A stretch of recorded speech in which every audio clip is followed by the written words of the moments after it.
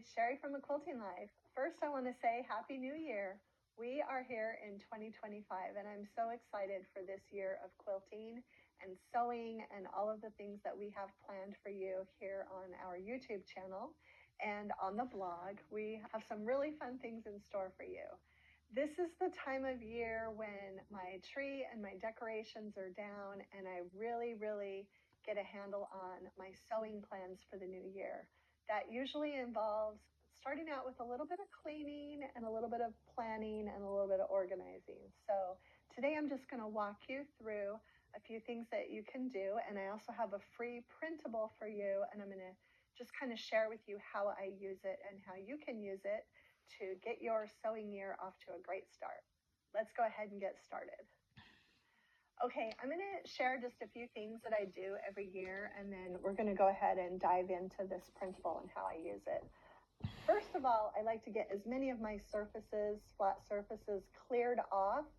It just kind of resets me for the new year, and I do usually donate some things at this time of year and just really like to go through my sewing room and look at everything that I've got going on. One thing that's super helpful is to have some type of a container for every project. This is an art bin container, and it works great for block projects. It's easy to open. It is got a nice depth so it can hold a lot of things. I've got this one labeled block of the month, and I just transfer from year to year. It's January, so there's nothing in here. My block is actually done, but I took it out because I will be sharing that on Monday. But I love to have a container for each project. And this is another option. This is a project that it's very high on my list to finish. It's my village houses. I don't even know if I've shown anyone my raspberry summer ones, but really planning on getting this quilt finished up quickly. But yeah, I have bins like this, and I have bins like this. Usually if they're more of a long-term project, I will put them in a bin like this because I feel like there's air holes and I store them in my cupboard. If it's something that's a year or less, I usually use the plastic bins. That's just kind of what I do. But you could use a basket, you could use any type of container that you want. After you've gone through everything and kind of know where you're at, then it's time to dive into the printable. Okay, I'm actually going to start with I'm calling it the back side of the printable. But what this is I have a place for 12 projects. And I know you might have more than 12 works in progress, but what I usually do at the beginning of each year is I do write down 12 different projects, and I try to focus on just at least one of them a month. And so in this column, I would write the name of the project.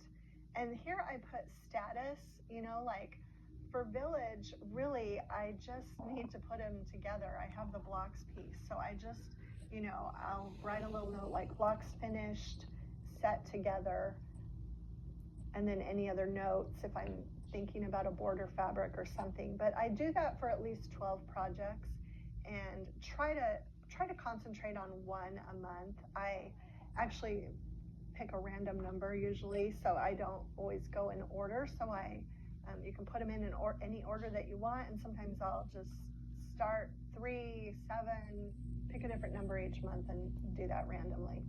But I like to fill this out first because it helps me with what is on the other side of the paper.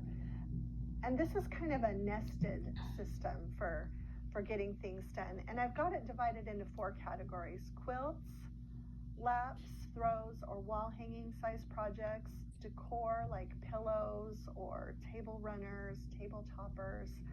I've also got a small projects category. That could be something even smaller, like maybe a coaster or a mug rug, or maybe a small bag or pouch. So anyway, I like to kind of just set goals in all of those categories. I feel like working on different sizes of projects helps keep my sewing fresh.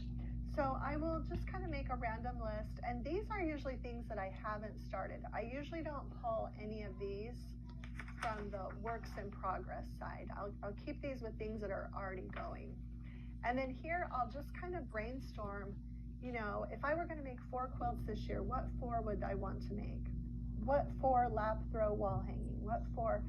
And just kind of give myself a fun idea. And then Q1, I will look at this bigger list that has 16 different items, and I'll think about 3 that I want to work on that month. And you know, at the end of that quarter, I'll reevaluate. Sometimes I scratch things off and change it up, but then Q2, I'll pick some other projects, or maybe I'll just continue working on these if I didn't finish them. But I feel like it's a really nice system to kind of organize your sewing year so you don't get overwhelmed.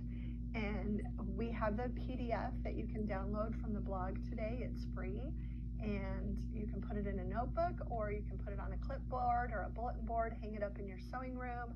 I think that's really important to keep it in sight, not just have it hidden away, so you remember what you're going to work on. And I hope that you will enjoy using this and that it will make your 2025 sewing a little bit easier. And as I mentioned earlier, we are starting the block of the month on Monday. So be sure and come back on Monday for the free block of the month pattern and all of the details on that. I'm super excited to share that with you. Okay, so that's it for today's video. I hope that your 2025 year of quilting is going to be a great one.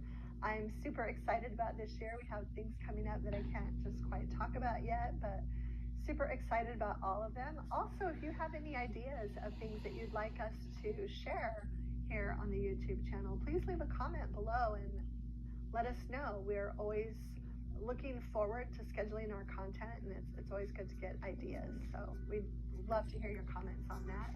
If you enjoyed